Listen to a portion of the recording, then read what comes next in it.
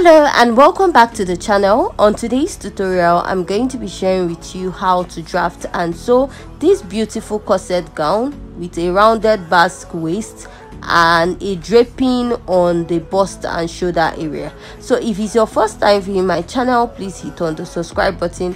Don't forget to give this video a thumbs up. So let's dive right into today's video. So I went ahead to mark out all my basic measurements, which includes my shoulder to bust, shoulder to underbust, shoulder to waist, and my top length of 21 inches because I'm using 4 inches for my basque. Please ignore the double writings I have on my pattern. Now I'm going to mark the neckline I'm going to use, which is 3 by 3.5 inches. After doing that, I'm going to go ahead to place my French curve and I'm going to connect from that point down to my neckline. So now I'll go ahead to outline my neckline this way. After outlining my neckline, the next step is to mark my shoulder divided by 2. So for this pattern, I'm not using a sleeve. I'm not adding a sleeve because most of the videos I see on Instagram doesn't have a sleeve. But if you want to add a sleeve to yours, maybe a short sleeve, go ahead to do that. Now I'll mark my shoulder divided by 2, come down by 1 inch, and I'm going to be marking my shoulder slope. From my shoulder slope, I'm going to get my chest line or armhole circumference, which is my bust circumference divided by 6 plus 1.5 inches. Now I'll place and measure, and whatever I have on my shoulder, which is 7 inches, 14 divided by 2, 7 inches, I'll mark. Now I'll measure what I have here and I'll mark it at this point. This is just to have a straight line and there's nothing much to that.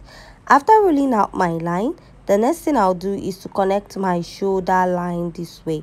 Now I'll be dividing my shoulder into 2 by folding my tape, and I'll come out by ½ inch. So this is to enable me draw my armhole curve.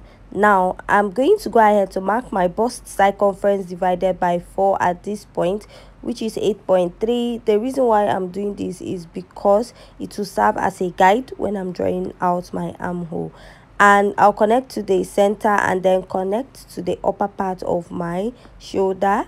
Next, I'll go ahead to use my marker to mark it out to make it more visible for you to see. So after I'm done doing this, the next step is to go ahead to mark my dart intake. And now to mark my dart intake, I'll be marking my nipple to nipple divided by 2. My nipple to nipple is 7 inches divided by 2. I have 3.5 inches, and I'll go ahead to mark it all the way to the lower part of my basque. So my basque is about 5 inches, which is my shoulder to waist plus 5 inches. Now I'm going to rule a straight line, and after that I'll be making or taking a dart intake of 1 inch. But before I do that, I'll divide my shoulder into 2. This is just to serve as a guide when I'm drawing out my dart intake for the cup at the upper part of this pattern. Now I'll be marking my dart intake of 1 inch and at both sides. For a plus size, go ahead and use 1.5 inches.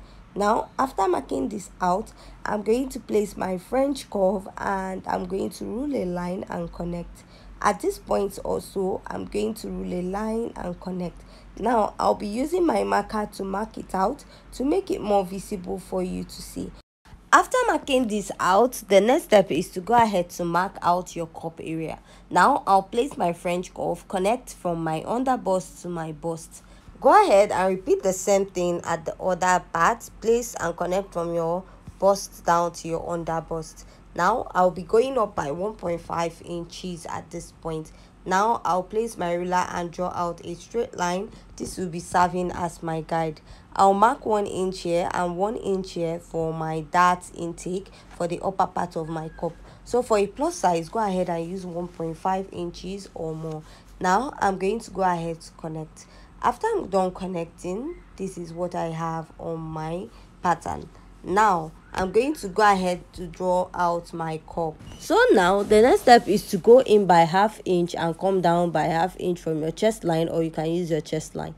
But when I was marking this, I mistakenly marked above my chest line, so I'll go ahead and correct it later. So place your French curve and draw out your cup this way, and I'll also place and draw this out. But while drawing out, I noticed that instead of using my chest line, I went up from my chest line. So I went ahead to correct it, and I'm going to go now to connect it back to my under bust this way.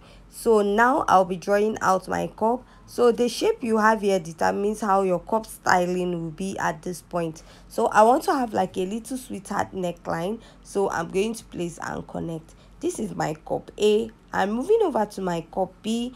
I'm going to divide what I have here, place and fold my tape into two. Now mark. So you can come down by ½ inches from your chest line, or you can just connect. So I like doing mine this way, and I'll go ahead to connect.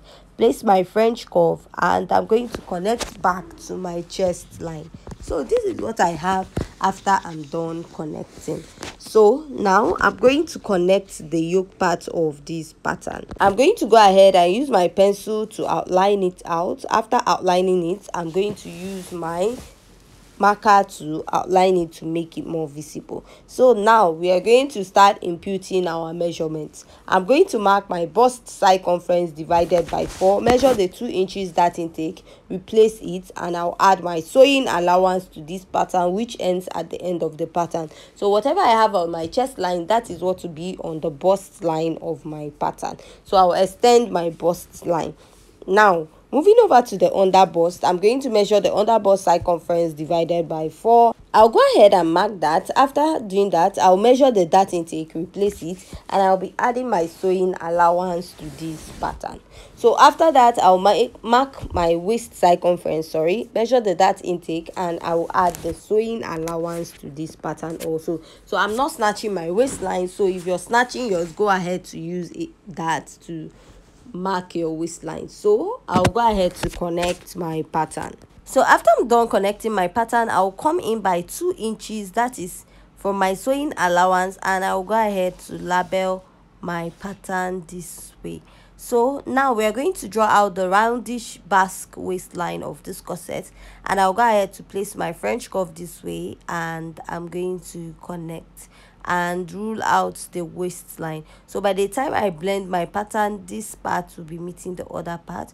Go ahead and label C and center, and the upper part is the yoke pattern of this dress. So at this point, if you find this tutorial very interesting and educative, please don't forget to hit on the subscribe button, give this video a thumbs up, and if you haven't yet subscribed to my second YouTube channel, which is Draft with Maki, please go down to my second YouTube channel, subscribe, and support my second channel, please.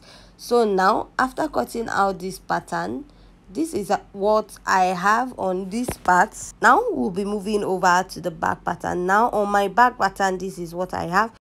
So this is actually one of my old pattern, but since it's the same with the back pattern of this dress, we'll be making use of it. So I've marked out all my measurements. The only difference is that my back pattern, the neckline is 3 by 2 inches, and I added 2 inches in front for the zipper allowance. Now I'll mark out the chest line area of this pattern, and after I'm done doing this, I'll go ahead to mark my nipple to nipple divided by 2. So note, at the upper part, the same way we marked out the chest line and the shoulder of the front, that's what we did. So now I'll go ahead and mark ½ inch at both sides of this pattern, that is at the nipple to nipple line divided by 2, and I'll connect upwards. After connecting, I'm going to use my marker to outline it to make it more visible. Now after I'm done doing this, the next step we're going to move up to is to go and insert our body measurements. So at the bust, I'm going to mark the bust circumference divided by 4. So my bust circumference divided by 4 is 8.3, and I'll add my sewing allowance. Now at the waist, at the under bust, I'll mark the under bust circumference divided by 2, measure the dart intake, and add my sewing allowance. At the waist, I'll mark the waist circumference divided by 4. I'll go ahead and mark and measure the dart intake, and I will replace and add my sewing allowance. So this is what I have at this part, and what I'm going to do is connect. So if you're wondering why the back pattern is a little shorter, there's no basque at the back. The basque is only at the front part of the pattern. So now I'm going to go ahead to use my marker to mark this out to make it more visible. So now for the dart, you're going to blend it after we are done sewing.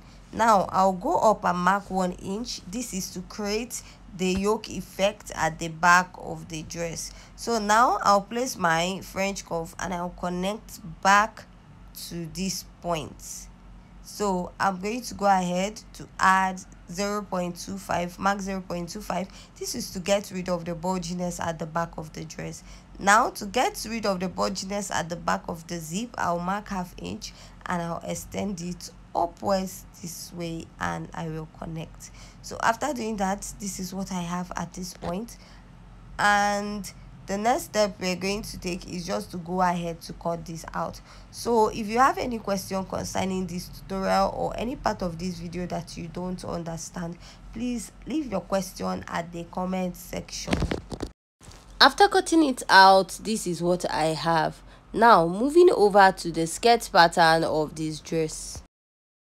So now this is the lace I'm working with, and at the lower part you notice that it has a design, so I will be considering that also when we are making this dress.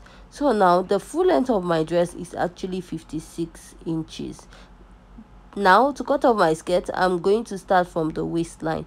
My shoulder to waistline is 17 and then my full length is 56 inches. So because this is a lace and most times the lining is not up to the lower part because of the design you have, so I'll be going up by 2 inches, which is 54 inches, and I'll go ahead to add 1 inch at the lower part, which will be serving as the folding allowance. So most times if you're making a lace, the lace fabric is actually more than the lining because you want the design at the lower part of your lace to flow. So now we'll be completing that part with our lace fabric. Now I placed my tape and I mark my waist to hip point, which is 7 inches. For a much taller person you can use 8 inches. Now I'm going to get my waistline to my knee point. All you have to do is place your tape wherever your waist starts.